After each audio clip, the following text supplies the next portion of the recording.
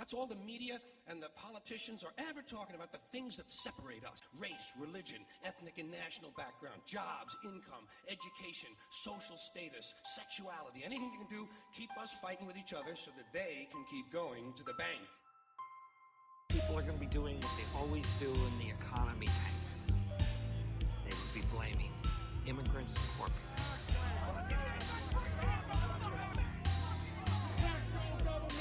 This country has proven resilient based on the fact that its foundation is the age of reason.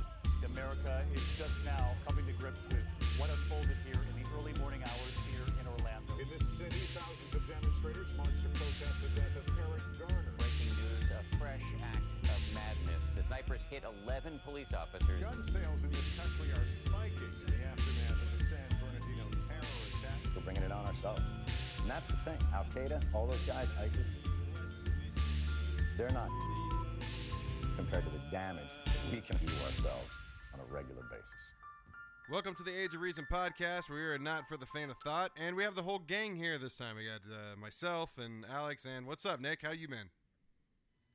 I've been fine. How you been? How you doing? Man, 3 weeks off. I didn't pay any attention to politics. It was very nice. You had 3 weeks off? Yeah, our last episode was the first week of December, but it was kind of a double episode. We had an interview to go along with it. I didn't have 3 weeks off, though. When I say 3 weeks off, I mean from politics and the podcast. Alex, don't you get like the whole month of December and half of January off at your job or some shit? 2 weeks off. Yeah, when I meant 3 weeks off, I was just looking at you and your day job. I don't know what you were talking about. Just the podcast, and it was glorious. I didn't watch any news. I didn't read anything. I haven't been this happy in a while. And then So that makes you completely unprepared for this episode. It's my improv background. Our saying is don't be prepared because scripts are for pussies. All right. Well, I can see Alex needs to take the lead on this one. So lead. Well, no, actually, we do have a few announcements to make. Go ahead, Alex. No, I was just going to say it was kind of the same for me. I was reading, but definitely not as immersed into the politics and news as normally. So it was a nice little break, but now we're back at it. I tried to ignore it all, man, but it's like a dumpster fire on TV sometimes. You know, you see a hobo pushing a dumpster on fire and out in front of your house. You got to stop and look and go, whoa, what's going on? Of course you do, but never have, I think we, or probably even throughout history, have you looked at that, said homeless guy with the fire and all that, and you went, hey, he's going to be president in a few weeks. I don't think that's ever happened. That's the more amazing and sad part. I can't even call my dad about this stuff anymore. He's just so depressed that he doesn't want to talk. Yeah. Well, we do have a few things before we kick off with the news. So this will be the last episode that we're going to do where it is 1 full hour. So what we wanted to start doing, we told you guys at the end of the year, we've been hinting at that we have some changes coming up. We have some stuff that we're working on politically that I can't get into right now. I want to get into later when we've actually solidified a few things. But what we're going to do for the show is we're going to do 2 half-hour episodes. One's going to come out earlier in the week around a Monday, and another one's going to come out around Thursday or Friday. The first half-hour one is going to be the news, which is pretty much the first half of this of our typical episode. The second half is going to contain our segments like Giant Dicks of History or Nick's Atoms and Evolution and anything else that we happen to come up with as we move forward. But the real focus of that, we haven't really came up with a name yet, right, Alex? We're talking about like the Standing for Reason podcast or something like that. And basically it's going to be all focused on resisting Donald Trump and causes that you can get involved in and information about local elections and basically for the Democrats and the Republicans. We're going to do it to where nobody's safe, but we're going to try to promote ways for people to get involved. That's probably the best thing I feel like we can do. So we will be starting that next week. So the next episode you guys see will only be a half hour, and it will be the news. End of next week, you guys will have the first airing of this type of episode, focused on hopefully what will be a promotion of different movements. Yeah, and when we first got started, the idea was to be a podcast on atheism, and that was supposed to be pretty much strictly what we stuck to. And as last year kind of unraveled and the election cycle went through, we couldn't help but talk about politics. So I feel we were talking, and we felt like it's time to kind of evolve this baby a little bit further because of what's at hand right now.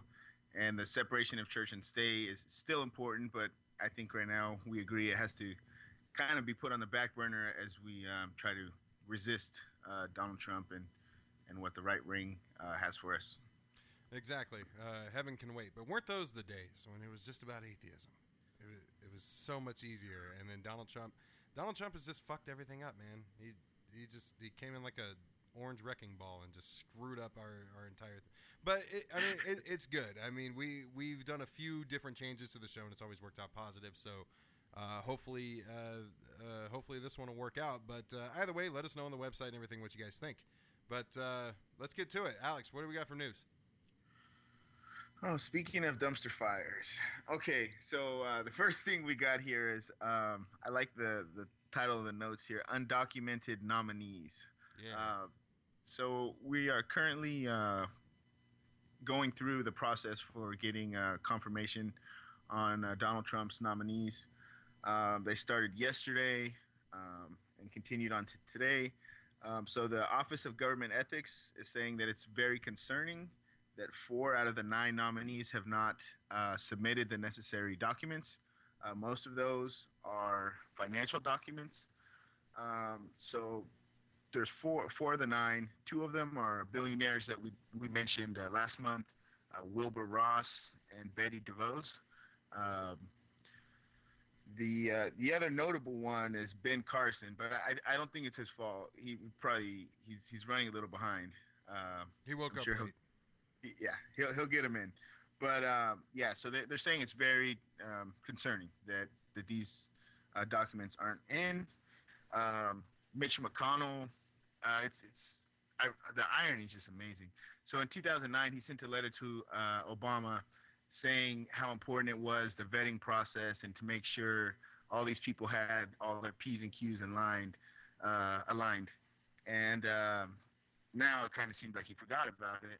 But Chuck Schumer, the head of the Democrats in the Senate, took Mitch McConnell's letter, crossed out Mitch McConnell's name, put his name, and sent it to Mitch McConnell. So we'll see what happens. It's elephants that never forget, not turtles. So there we go. 4 of the 9 so far haven't submitted the proper documents. Big surprise. So speaking of ethics, the first move of the House Republicans of the new year was to gut the ethics agency. It was the Office of Congressional Ethics. They've since backtracked, but right off the gate, they moved to get rid of it. Stephen King said it has damaged or destroyed a lot of political careers in this place, and it's cost members of Congress millions of dollars. The interesting thing about this is Donald Trump actually came out and scolded them on it.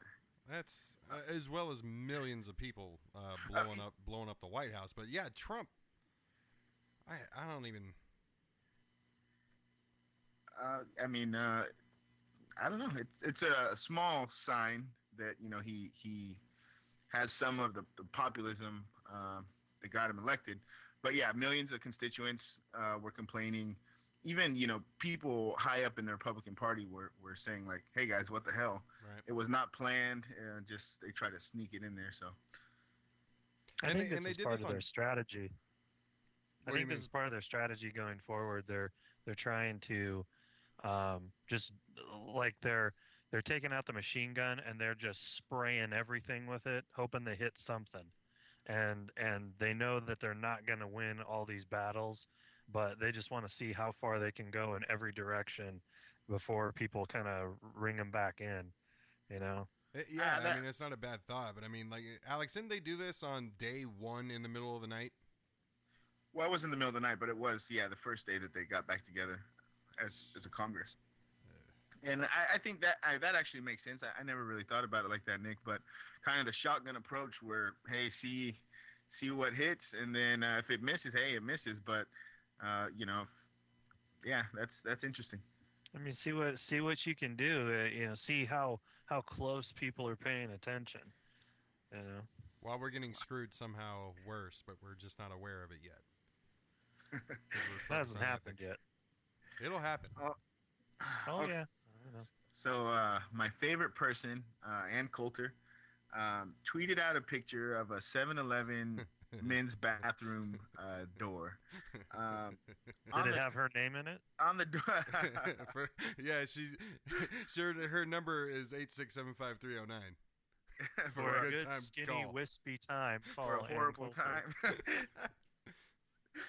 No, so the door actually said "build a wall." So I guess I looked at the tweet, and you can't tell if it's the inside or the outside of a men's bathroom stall. Who knows? But I think the sad thing is this is on Christmas Day that she tweeted it out. So on Christmas Day, while everyone's with their family, even an atheist like myself is with our family relaxing, Ann Coulter's in a 7-Eleven bathroom taking pictures. And trying to build a wall to keep Ann Coulter out of the men's room. That may not have had anything to do with like illegals or anything. That may have been some dude writing "build a wall to keep the funk out" or something. Oh man, Ann Coulter went and dropped a stinking load inside of 7-Eleven's men's room. Oh my god. Oh, I hate her so much. That's where she picks up men. Could you imagine, like, the most awkward bathroom conversation is like the Seinfeld Sparrow Square episode, but I mean, a worse conversation than that would be you're taking a shit in the 7-Eleven bathroom, and then you realize the person in the stall next to you is Ann Coulter. Yeah, but I mean, what? She's not going to ask you to spare a square. She's going to compliment. Doing your business, and she's going to be like, "So, do you feel Mexicans are taking our jobs?" And you're going to be like, "What? Whoa, what?" She'll sit there. She'll be like, "Don't you just like how that pure white toilet paper just wipes all the brown away?" Oh, she's such a horrible person. Ugh. Goddamn Skeletor. So while we were on break, Obama signed a law that amends the Frank Wolf International Religious Freedoms Act. So a quote from Obama from the bill is the freedom of thought, consciousness, and religion is understood to protect theistic and non-theistic beliefs, and the right not to profess or practice any religion. So the American Humanist Association has been lobbying for this for the last 4 years to get it in there, especially with this is an international thing. So especially with all the killings in Bangladesh, secular writers have been killed there. I think at least 4 in the last year that I can think of. So we talked about the Saudi Arabia documentary where the same thing was going on. Yeah, definitely. It's rampant. So this, at least we're thought of a little bit. So it was nice to see that bill get amended.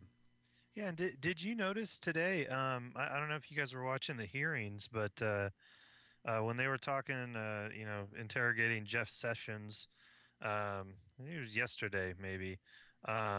Senator Sheldon Whitehouse, the Democrat from Rhode Island, he started asking Jeff Sessions about secular people, and he asked him, could a secular person have just a good claim to understanding the truth as a person who is religious? And Sessions' reply was, "Well, I'm not sure." Wow. Yeah. So even he can't even fake it on TV when it comes to that kind of stuff. But it was actually kind of surprising to see one of the senators in these confirmation hearings acknowledge secular people when they're trying as hard as they can not to bring up other stuff. Like today, they just let the African American senators ask him stuff. It totally looked funny with all these African Americans sitting up there asking questions, and then one of them pops off and says, putting us at the end, particularly a civil rights hero like God, what's his name? John Lewis. John Lewis. They said it's like putting us at the back of the bus, and I'm sitting there going, wow, like. I can't believe that. Secular people got more of a comment than black people. I mean, we're really driving hard at this in this new Trump administration, aren't we? Wow. I do give props to the senator for asking the question. Because that's typically not one you would expect to be asked by Congress. So next thing I got here is kind of a big deal on Obama's kind of farewell goodbye kiss to Israel. So the United Nations voted to condemn Israel for its settlement expansion.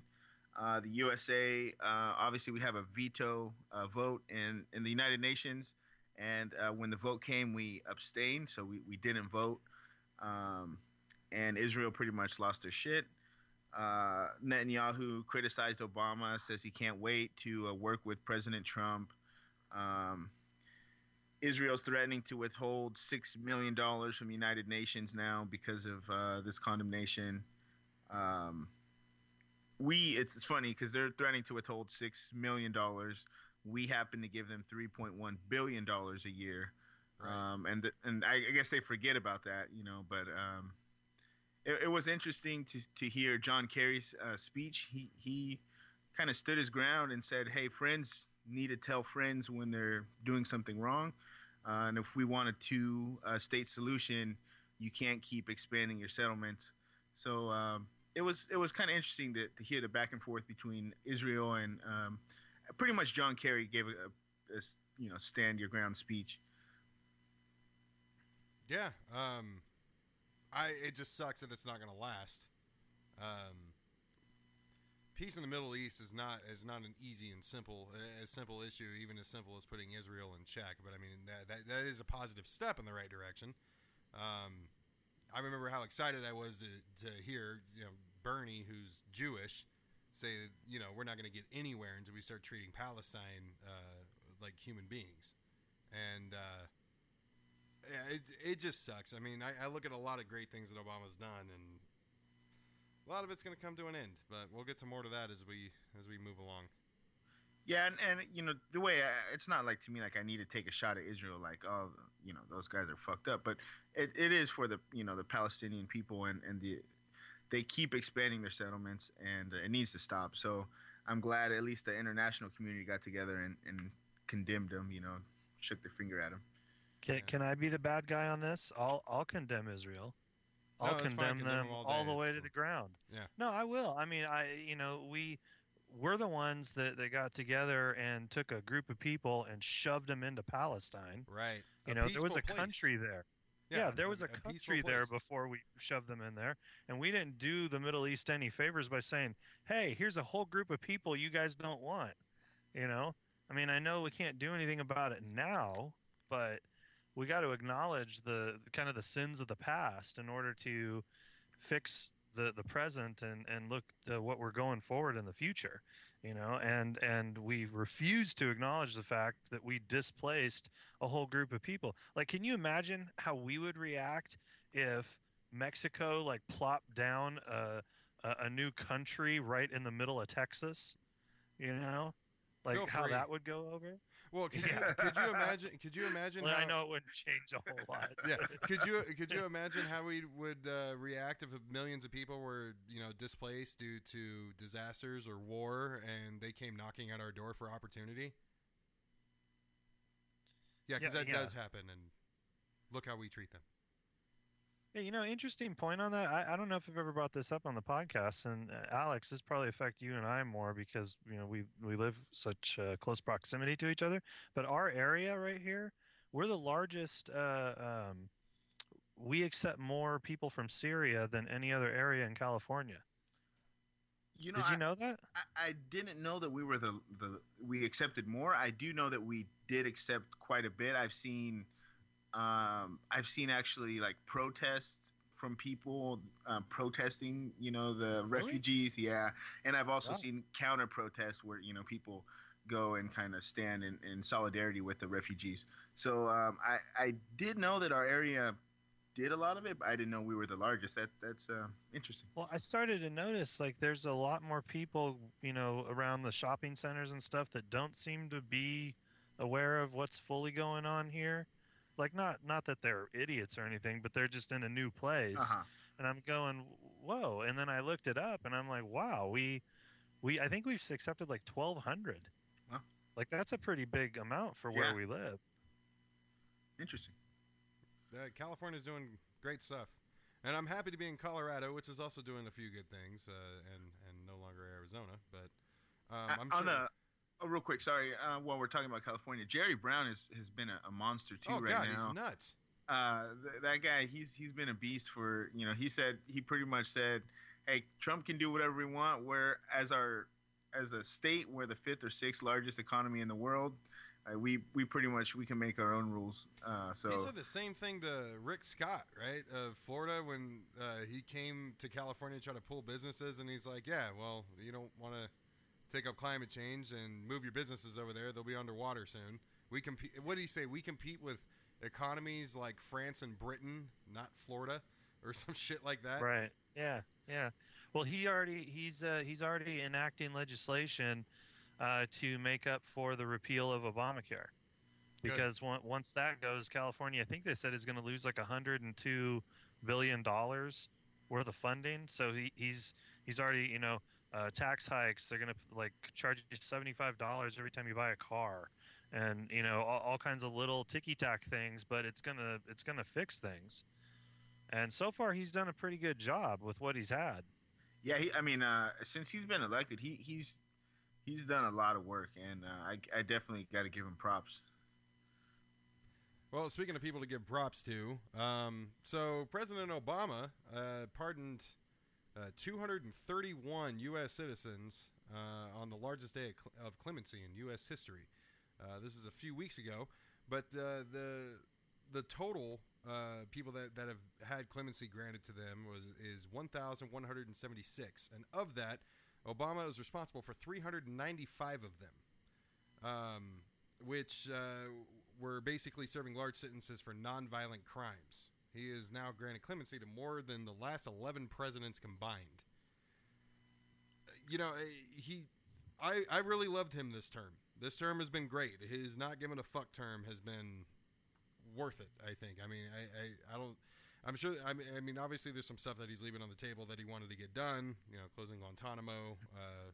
Whatever the case. But Dakota Pipeline. Yeah. Sorry, the Dakota Pipeline. Fuck.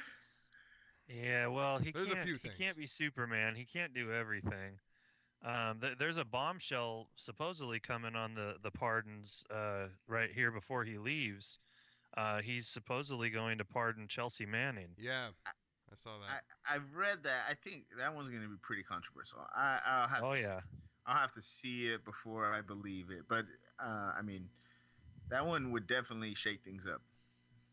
Yeah. Speaking of more people that always deserve props, Bernie Sanders, who is still acting like he's on the campaign trail.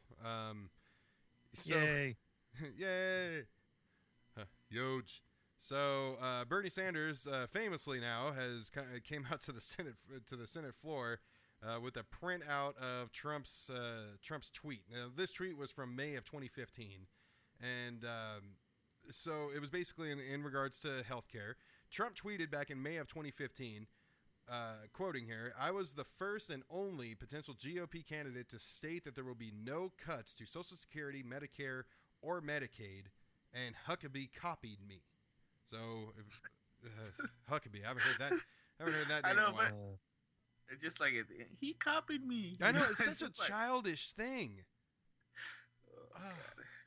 So Sanders tweeted back that Trump basically either needs to come out and say that he lied to all of his supporters and the American people, or he needs to put his dick where his tiny hands are, basically, and he needs to put No, his no, Jesus hold on. Christ, he He needs grabs to women put by the no. I pussy. got it. He needs to put his dick where his mouth is.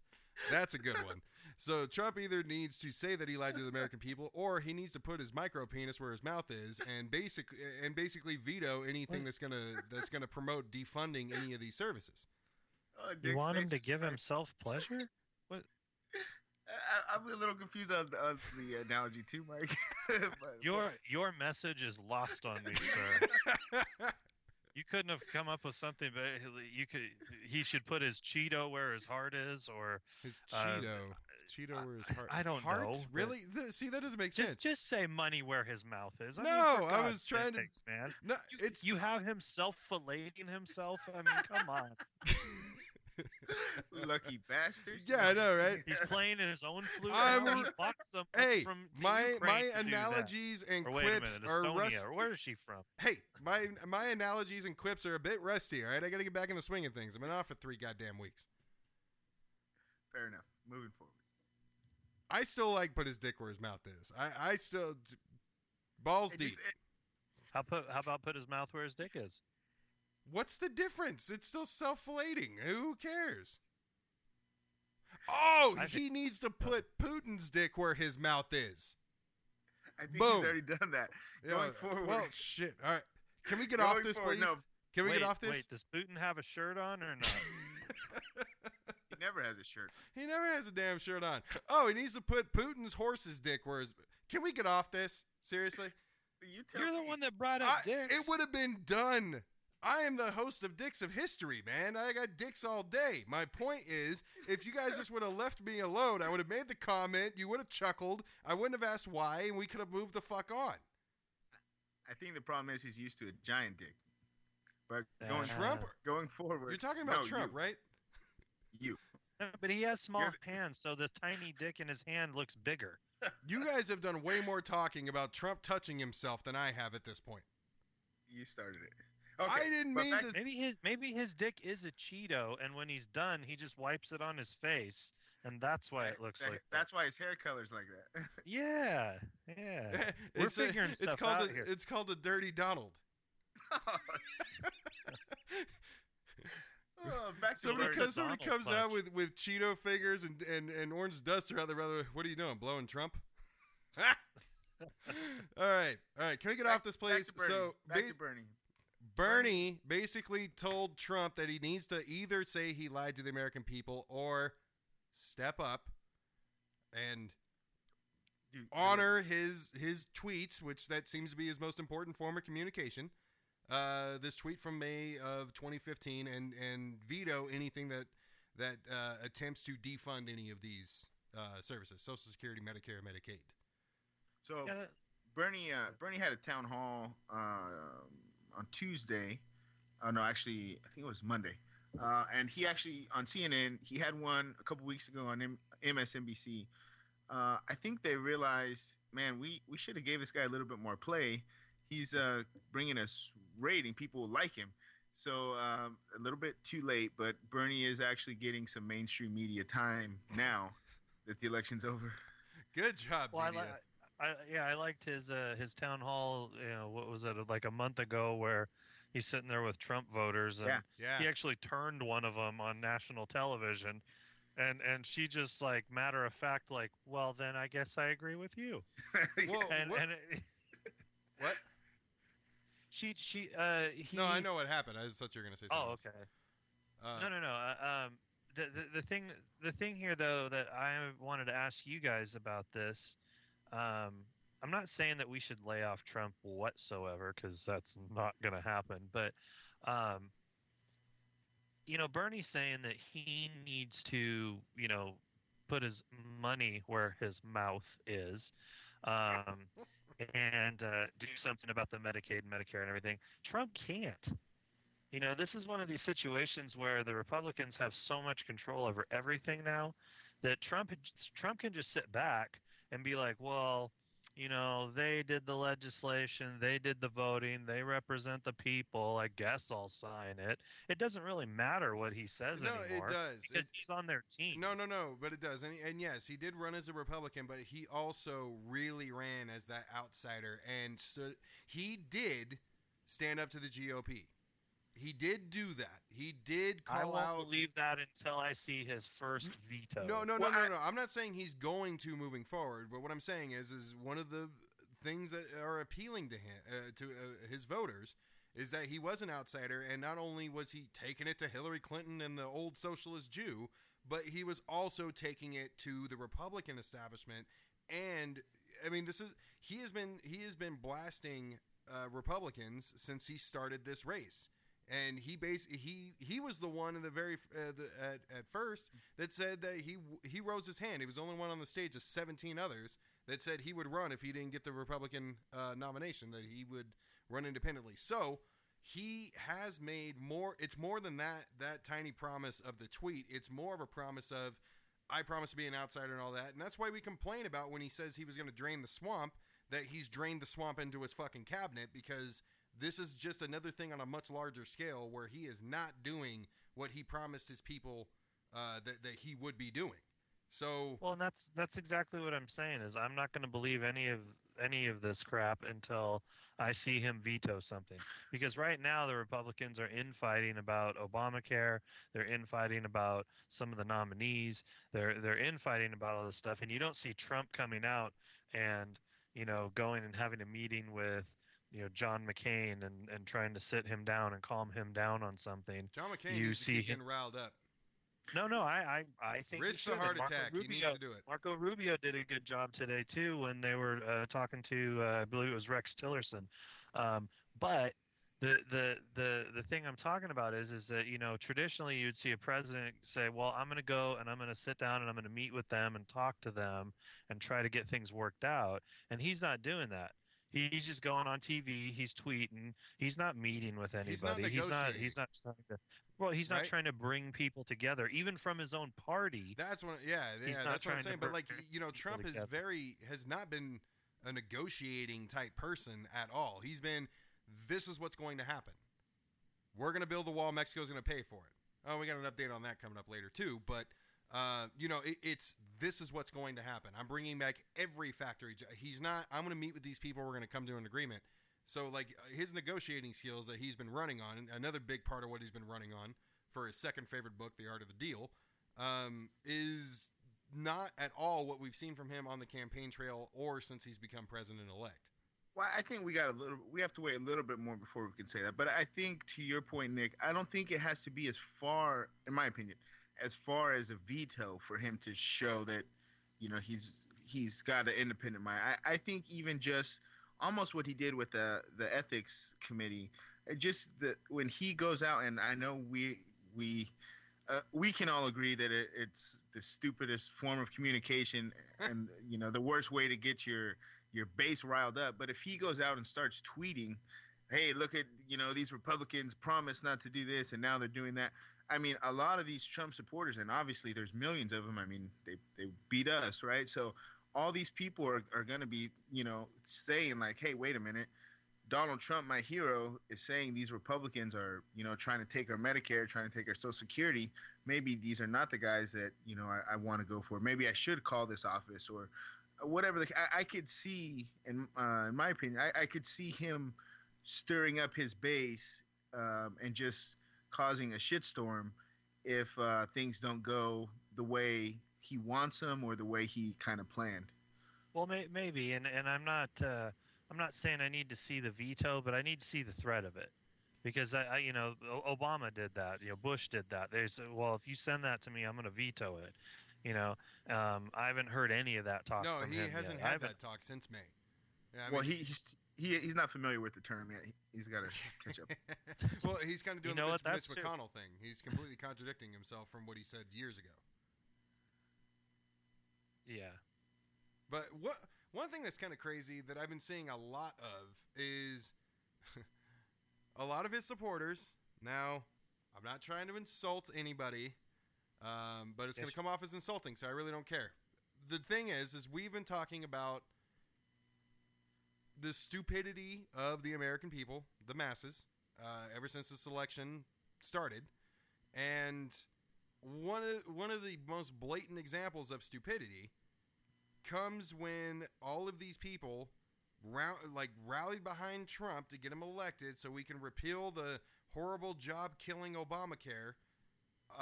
And I don't have to worry about anything because we're going to get rid of Obamacare, but I'm fine because I have the Affordable Care Act. So if you're wondering why Alex is laughing, it's because the Affordable Care Act was nicknamed Obamacare. They are the exact same thing. There's no difference. They are the same thing. So what a lot of supporters are starting to find out now is they just voted to end their health care because they thought they had something different. They actually thought Obamacare was the official name of Obama's health care plan. So I think that there's a lot of Trump remorse going on right now, and anecdotally, just my evidence of that is that I've been trying to get interviews for the podcast with Trump voters, and I had a couple lined up 2 months ago. They fell through. They didn't want to do it. I had another one lined up here, and right after all the nominees started getting nominated, they fell through. They didn't want to do it anymore. And I have a blockbuster one that I'm trying to get. I'm trying to get some Russians because I've got some friends over in the Russian community in the Bay Area, and I'm trying to get them on. I'm trying to get them to give us their take on Putin and the whole scandal and everything that's going on. And I've got one guy who was a Hillary supporter. None of the other ones that were Trump supporters want to come on and talk about this. And it's telling me that either they think I'm going to ambush them, and I've been telling them I'm not ambushing, I'm not doing that. That's not the kind of person I am when I interview people. But they either think that I'm lying to them about that, or they're embarrassed, and they feel like they can't defend what's been happening.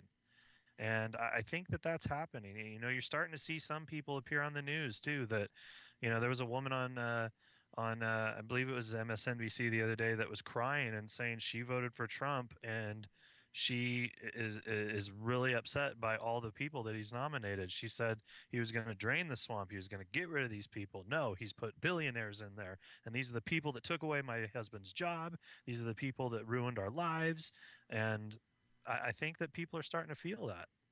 Yeah, I mean, it's they're shocked that he lied to them. Yeah. I mean, that's really the only way to put it. They're shocked that Trump wasn't telling this business salesman wasn't. He lied to me. Are you, yeah, I mean, I've wow. seen the same thing. Some of my friends trying to explain how. Well, I guess we're gonna talk about it later. But just his flip flop on the wall. I think they got their hearts broke. You know, they fell in love with this. Yep. Ideal character, and now they're seeing what he really is. So let's talk about it now. Bring up the wall. Hold on. Wall.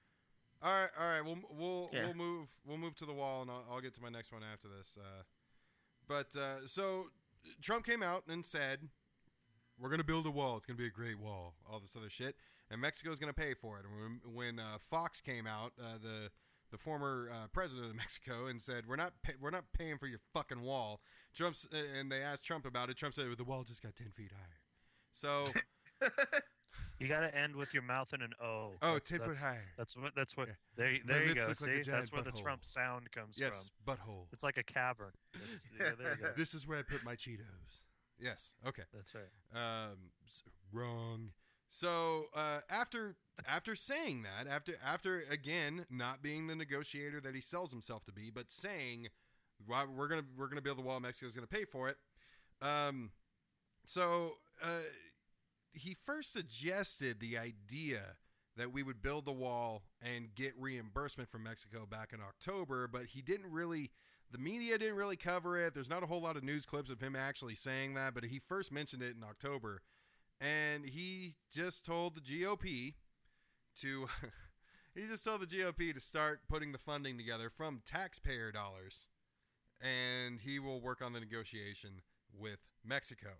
So, not only is Trump so far turning out to not be the negotiator you thought he was, he's doing all the horrible things that he said he was going to do and doing worse things than the things he said he wasn't going to do, i.e. draining the swamp. But now you guys get to pay for a fucking wall. Well, Mexico's going to pay us back. In his press conference today, sure they are. They asked him specifically about how Mexico is going to pay us back, and there's other ways to pay us back than money. Immigrants. Yeah. I'm getting really tired. We're of my going to own build penis. the wall. You're going to give Somebody us 35 else needs to million put- people. What? We're going to build the wall. You're going to give us 35 million more people. You know, Trump Tower is not going to. Oh my clean God, itself. that's brilliant. No, that's totally brilliant. It's look, we need labor. We're gonna bring in more people. They're gonna build the wall. And then he can deport just lazy people that don't Yeah. work, no matter He's their gonna be like nationality. Armand Goeth walking around fucking Dachau, just taking sniper shots at I pardon you. slaves. I pardon you, and then nothing because he got his Well- nails fucking dirty. Well, it's pretty close. There was a sheriff, I think it was in Arkansas, that offered up his the inmates in his jail as free labor to build the wall. Yeah, so Sheriff Joe left his mark. We're gonna have it made by slave labor. That'll be nice. That's the same state where farmers are driving to Mexico with buses that are empty and asking Mexicans to come with him to work the fields because he can't get any Americans to work his fields Because of the laws that they've enacted over there for against illegal immigrants. Yep. Yeah, and then they all fled, and their local economies are collapsing. Yeah, fucking perfect. Because white people don't want to do the fucking jobs. Nobody wants to admit that, but sad. So, anyway, Trump so far is unfolding to be exactly what some of us thought he was, and what most people, and not what most of his supporters were hoping he would be. So, the story I skipped.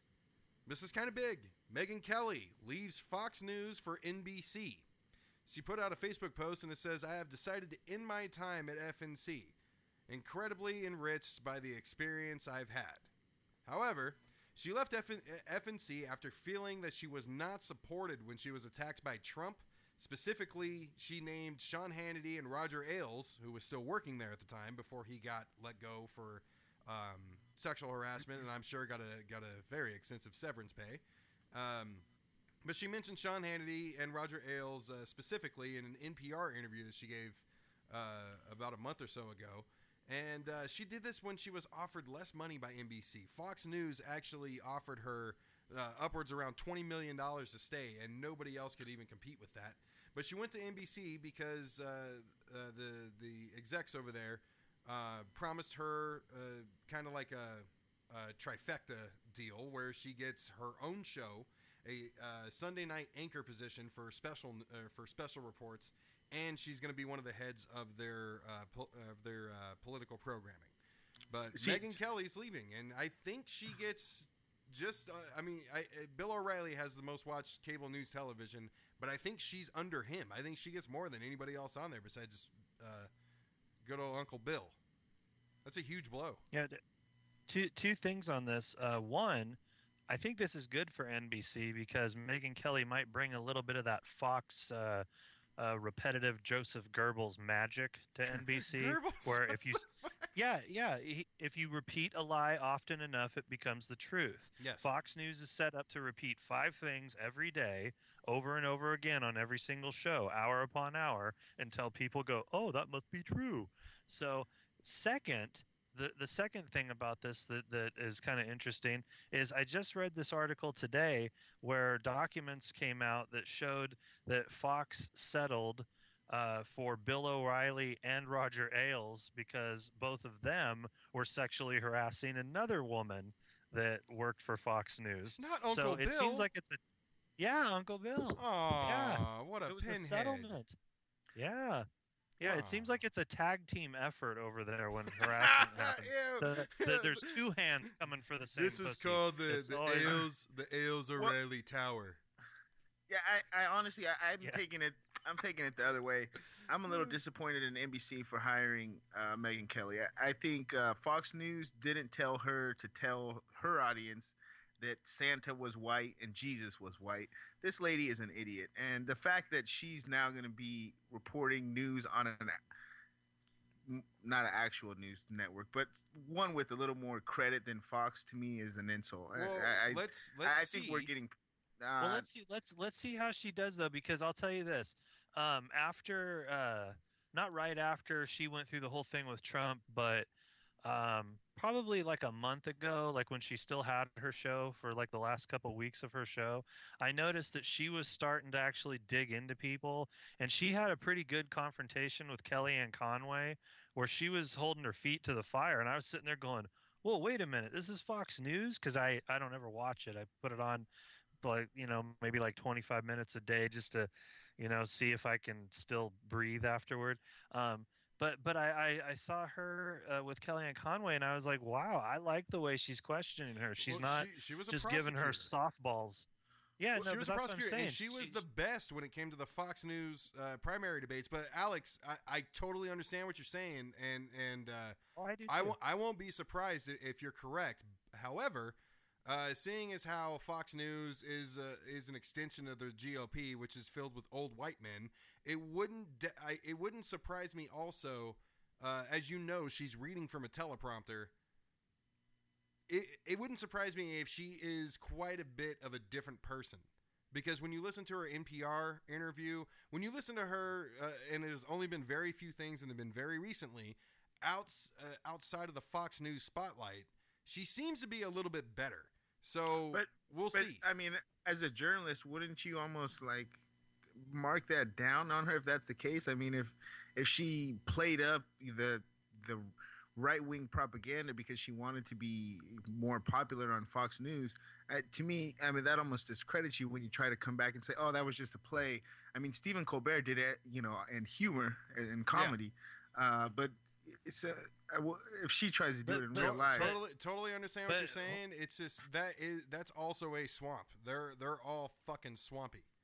I mean, this is Colbert though. Colbert had a writing staff. Colbert didn't do all that on his own, and very few of the people that are on MSNBC and Fox do any of their own writing. I know that Rachel Maddow, she usually does her opening monologue, which I've always thought was impressive, and I never knew why she seemed to be so much like she's kind of elevated above the rest of the people on there, because if you watch Chris Matthews before her, he's yelling at people and he doesn't care what you think. He wants to get his own point across. And you look at Lawrence O'Donnell afterward, and he's just like this mad guy with weird googly eyes, just like at everything. But Rachel Maddow, she seems to have like this air of something about her. And then I found out that she has a PhD, that like this is what she does. And more to the point that Webb was making, as far as journalism goes, these people are TV personalities. They're not journalists. Journalists are the people that go out in the field, that actually dig up the information. You don't that have to bring be it out there attractive to be a journalist. Yeah, but right. that does disservice to people like Walter Cronkite, and I mean, there was plenty of people in their positions that actually deliver journalism.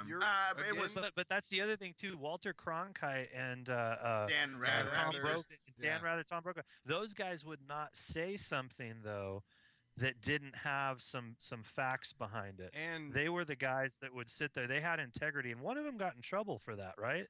Yeah, one of them got in trouble because he wouldn't report something. No, wait, didn't one of them actually report like the end of the world? A nuke went off. No. Dan I'm talking about with Bush. The Bush administration asked him not to say something, and he said that this is journalism. This is what I do. I have to report it. And Alex, you're completely right when you're bringing up the original faces that you could trust. On anchor news networks, but that was a different time. There was no money in that shit back then. They were doing everything they could just to get people to watch the news, and it wasn't filled with money. There was there weren't opinion networks. I mean, cable news. I mean, Fox didn't even start till the mid '80s. I mean, and even when it first started, it had to it had to slowly dip its toe in the water before it jumped in with both feet to basically turn into the right wing media machine that it has become. I mean, it's a different area. And no, that's not an excuse. But the thing is we wouldn't know who Megyn Kelly was if she tried to be Bernie Sanders to news anchors. It just wouldn't happen. So I'm curious. Bottom line, I'm curious to see the change with her. And I'm sure she's probably going to do more interviews. I'm waiting for Oprah to interview her. That's the last thing I wanted to bring up about this, we were going to talk about just how much money that these people are also. We kind of talked about it right there, but her deal was for Fox was $100 million, right? So this is not somebody who's going to be rubbing elbows with common everyday folks. Right. Once you make it as an anchor like that, you're in a. Well, that's a messed up. That is a messed up part of the world, part of that world. But I mean, if you look at the people that we get our news from, or at least me, comedians, they're highly paid. They're paid just as much as anybody else. So, anyway, we're running a little on time. We got to get to Nick's stuff. The last thing I just want to mention it. Dylan Roof was sentenced to death. I think this morning. So we've all shared our opinions about the death penalty. Don't think that means any of us are going to lose sleep over this. But Dylan Roof has been sentenced to death, and it is the first time a death sentence has been issued for a hate crime. I'll lose sleep over it. I don't want him to die. That's bullshit. I think life in prison would have been. No, I'm in total agreement, but I'm not going to lose sleep over it. I'm not crying over his loss. I don't like the death penalty and all that, but him personally, I don't really give a shit. I mean, I'm not going to lose sleep over anything that happens at a level beyond my own personal family and friends because, hell, there's just not any time for that. You never sleep. But yeah, God, you're getting old. There is no time to get off my lawn. Yeah, but yeah, I just it does not make any sense. This guy killed so many people. It was horrific. Families crying, death, destruction, death tears. Is terrible. Kill him. Let's kill him. Yeah, he's like Willie from The Simpsons. It's Mr. And we're not gonna randomly kill him, you know. And I know that everyone in that church, you know, some people probably saw it coming, but he's not getting killed by surprise. They're not gonna jump on him in prison and lethally inject him. No, they're going to make it a long, drawn out process where he has to go there and see himself in a mirror and lay on a table. And it's like I've had lots of surgeries in my life. I've gone through that long wait, that walk down the hall, that's being strapped to a table, being cut open, all of that stuff. I've experienced that. Now, I didn't have somebody go, "We're gonna kill you when we get you tied down," but I haven't had that. But Jasper does your surgeries. Well, right. He got his. Jasper does all of them. We're gonna fix you up with a pig. We got pig valves. Yeah, exactly. He got his MD through the University of Phoenix. We're gonna have to go back in. We put the pig anus in. We didn't know that. We thought that was a valve. We thought that was a valve, or was it the snout? Yeah, it's supposed to flutter, not wink. Oh, that's hilarious. All right, Nick, let's go. We got like 10 minutes. Yeah, you leave me with the least amount of time. You guys wanted to talk about my comment on what Trump should put in his fucking mouth for 10 minutes. Anyway, no, I'll be quick. I'll be quick here. Obama's farewell address. I watched it with my wife last night, and God, it's so heartbreaking. Yeah. I mean, I really. There's some stuff I really don't like about Obama. There's stuff that he did not accomplish. There's stuff that he did that I do not agree with. He was not the president that I hoped he would be at all. But he is so classy, and he brings such an air of intelligence and thoughtfulness to that position. He made me proud to be an American. He made me proud for probably one of the few times in my life that I'm part of this nation, because he at least went to other countries. And remember when they had Obama's apology tour? Yeah. Damn right. Go and apologize to people. And he had some massive things happen. I mean, just recently we had the Prime Minister of Japan come and visit Pearl Harbor. I mean, that never happened before. So And he went. as I he watched went to Nagasaki, didn't he? Like a year ago? Hiroshima, yeah, Hiroshima, yeah. yeah, and you know, I'm just gonna miss him. I mean, I hope he is being 100% honest. I hope he's not gonna go away. I hope that he takes some time off and then he jumps right back into this fight. Um, I mean, I would love it if the Dems got the White House back in 4 years and then he became a Supreme Court appointment. That would be amazing. But There's no bigger fuck you than that. oh, I know it'd be so sweet. But anyway, yeah. I mean, great farewell address. He talked about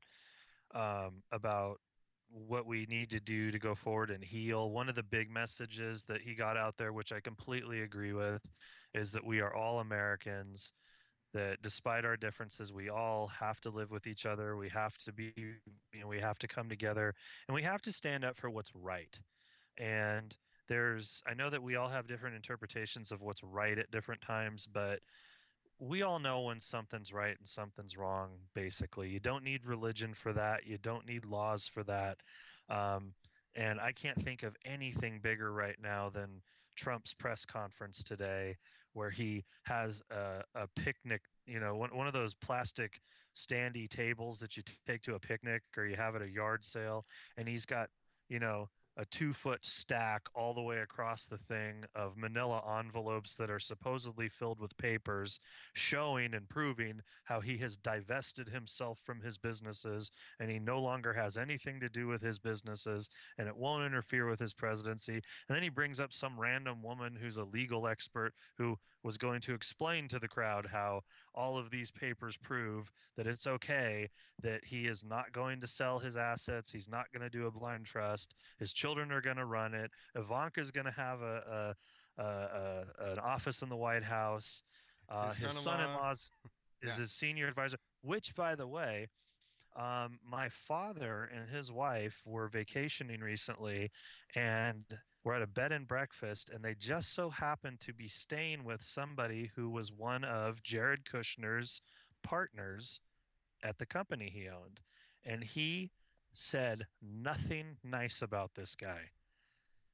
It was some of the most incredible, just, well, no shit kind of information that you hear. That's the saying this year. I mean, that's really what it is. Trump's not draining the swamp. No shit. Well, no shit. So yeah, Obama's farewell address, classy, bittersweet. It was pretty good. Trump's first press conference. Oh, go ahead. I was yeah. Obama basically, stated the message that we're promoting on here is that he mainly spoke with minorities, and he said, we have it rough. I know, we know what we go through, but think about the middle-aged white man who has been laid off and feels like his country left him behind. Your guys' struggle is no different. You guys need to work together. I mean, that's what did it for me.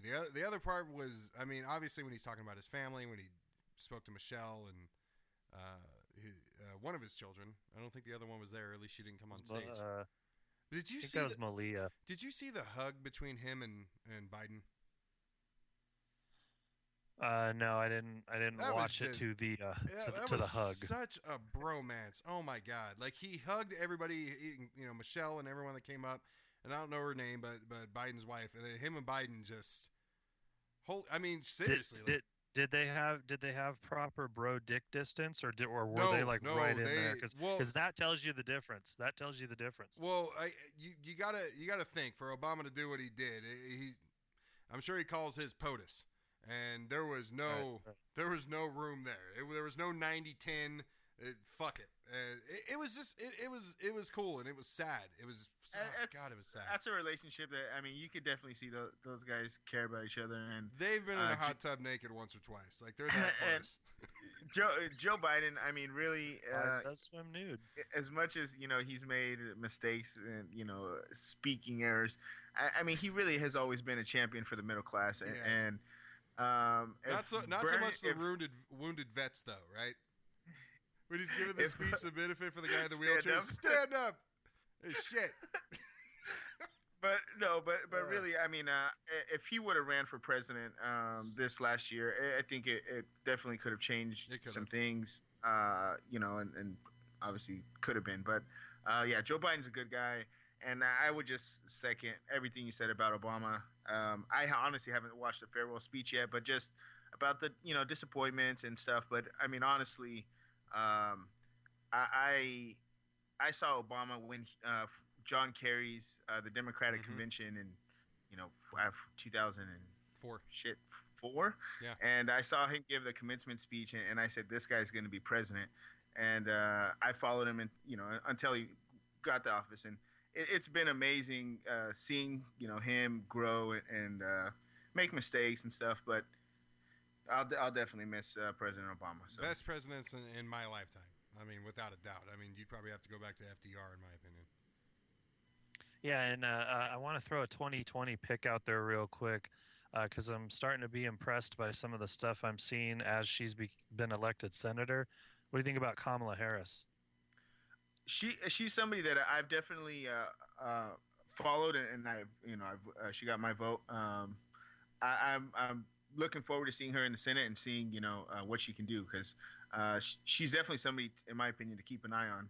Yeah, because that'd be kind of a powerhouse, minority, female, but she's tough. She's really well spoken. She seems to be able to handle herself in a debate. So I honestly don't think they're going to put a woman forward. Not in 2020. I think a female VP. I think they'll go for shattering that glass ceiling. But I honestly don't think they're going to do that. But I think it's wide open right now. I think the playing field is wide open. There's no.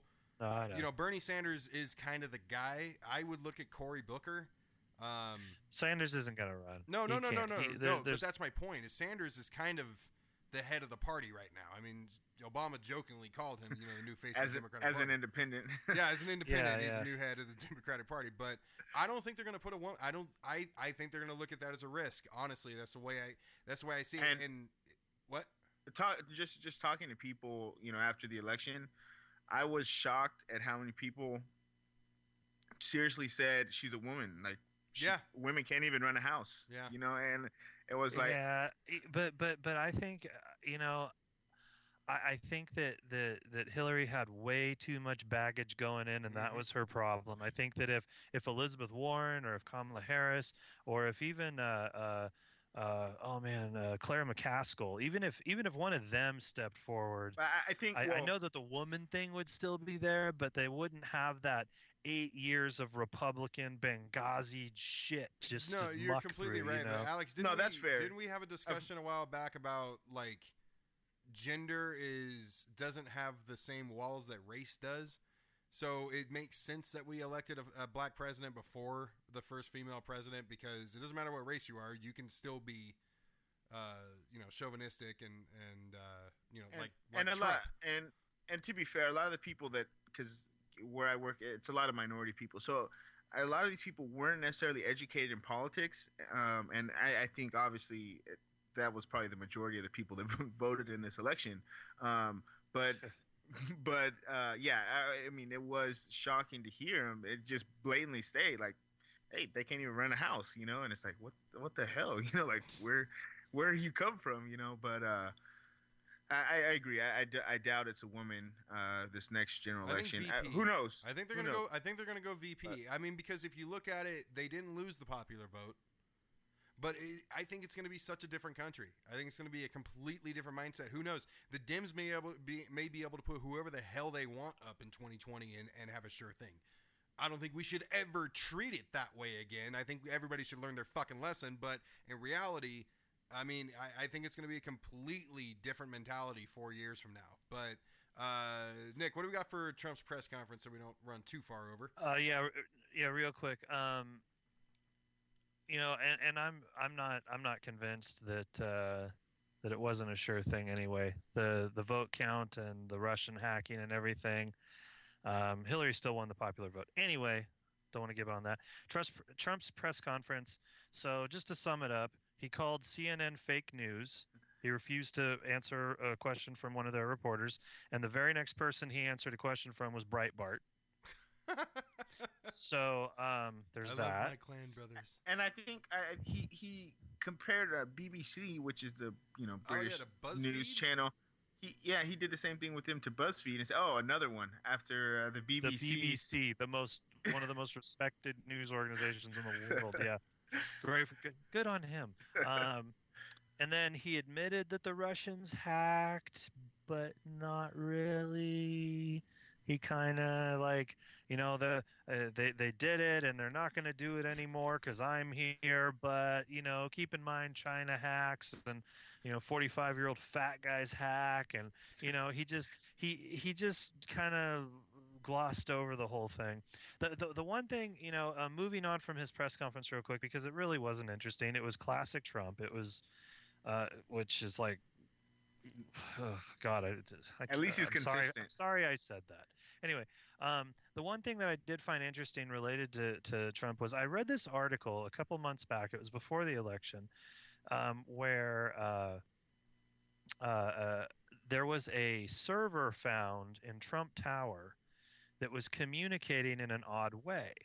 And when they had some computer experts look at it, and some of these guys are from like MIT, when they looked at it, they found out that the server was set up to communicate with one other server only. They could ping the server to get a signal from it, but it wouldn't respond to them.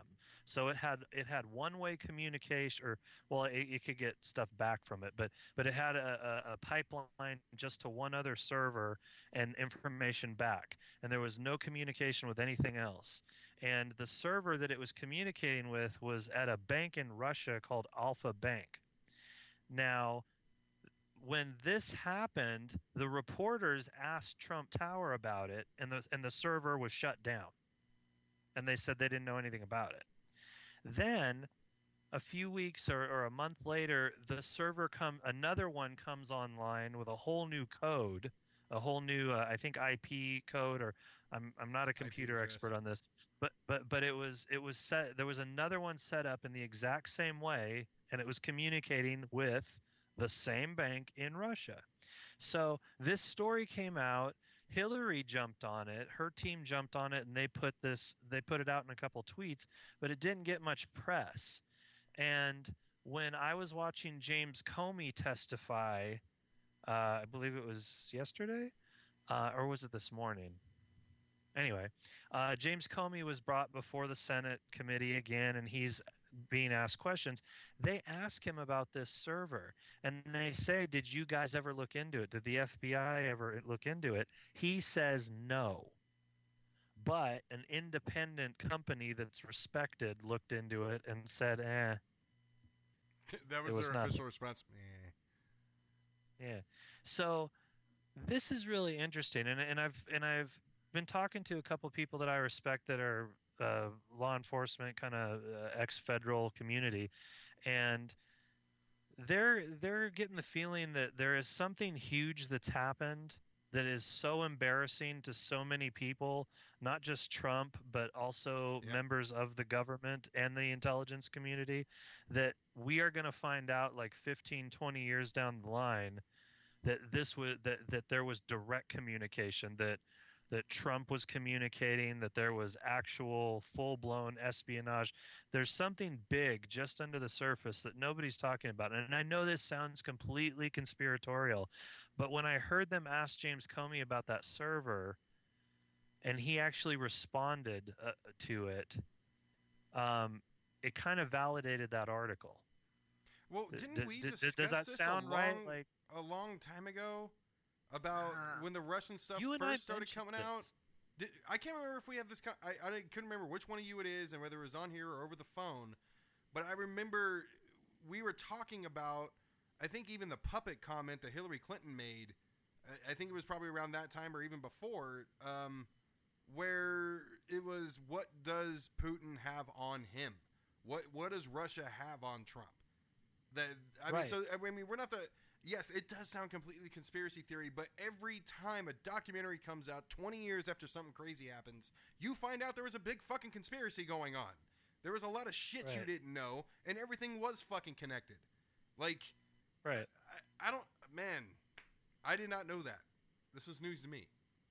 I didn't read Well, I anything know about that the you server. you and I know that you and I over the phone talked about the server thing because it was like 2 or 3 weeks before the election. Right. But it was one of those things that's like, well, I wonder if this is true. Right. You know, and I even went on Snopes just to see what they thought about it. And even Snopes says that this is inconclusive because the stuff is reported, the people that they went to and spoke to about how computers work and what this looks like, they're respected enough to say they know what they're talking about. But since we don't have anybody on either end saying this is true or false, Right. we can't say whether it's true or not.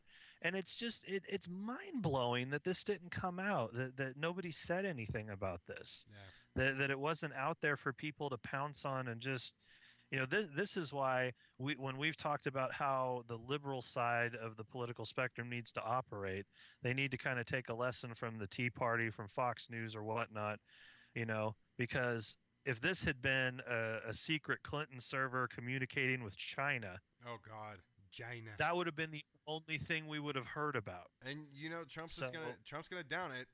Where'd you get this from? BBC. Who names their news station Big Black Cock? Wrong.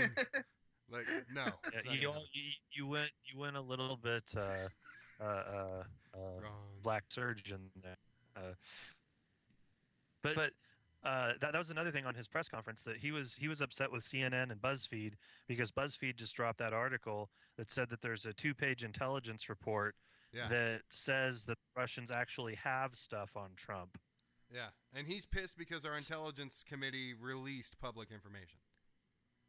Right. Yeah, he's blasting the intelligence committee, and I can't remember what he said, but he just complimented the intelligence of Russia recently. He complimented Russian intelligence, and he said they did a great job for me. Yeah, I mean, they did excellent work. Anyway, we got to go ahead and Russian intelligence did a great job, and Meryl Streep is overrated. Oh God, we forgot about Meryl Streep. I posted that wasn't even that big Facebook a deal. page. The whole thing is that why is he commenting on it? Because just a few years ago, I think it was over tweet. He said that she is the greatest actress of all time. Now, I mean, regardless, why are we even talking about? Why shows is he his about character. George Bush was dumb. It shows Bush and was. Everybody would say George Bush was dumb. No, right? but It George wasn't Bush like a was secret. dumb. But there is a difference between being stupid and being stupid while being petty. Like, I will not dispute the results of the election if I win.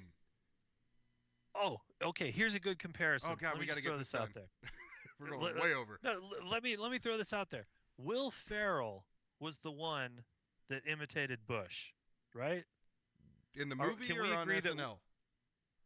What? In the movie or on SNL? No, on SNL. I'm saying Yes. Will Ferrell was the one that made fun of Bush. Right. Can we agree that Will Ferrell is a better comedian, improv guy than Alec Baldwin? All around maybe, but as far as impressions go, they're both really good. Alec Baldwin's doing a great job. Yeah, he's killing it. But overall, what I'm saying is Will Ferrell's better. Yeah, but what I'm saying is, I mean, Will Ferrell was picking Bush apart for 8 years. Yeah. And Bush never tweeted. But, you know? But I think it's so obvious what grinds Trump's gears, right? So they just keep going to those things. And he's just sitting there, you know, like, oh, just fuming, turning red, you know, going from orange to red, because they keep hitting him on these things that he's so insecure about.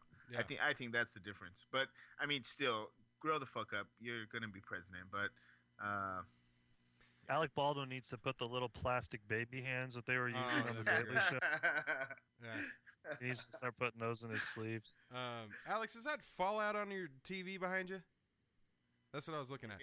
Huh? Maybe. I warned you not to get into that shit. All right, everybody. Wait, we can play video games while we do this? What? No, he was grabbing pussy though. I think I saw a cat over there. He was petting a cat. Time to go. Did you ask her if it was okay? Anyway, I hope you can stop kissing her.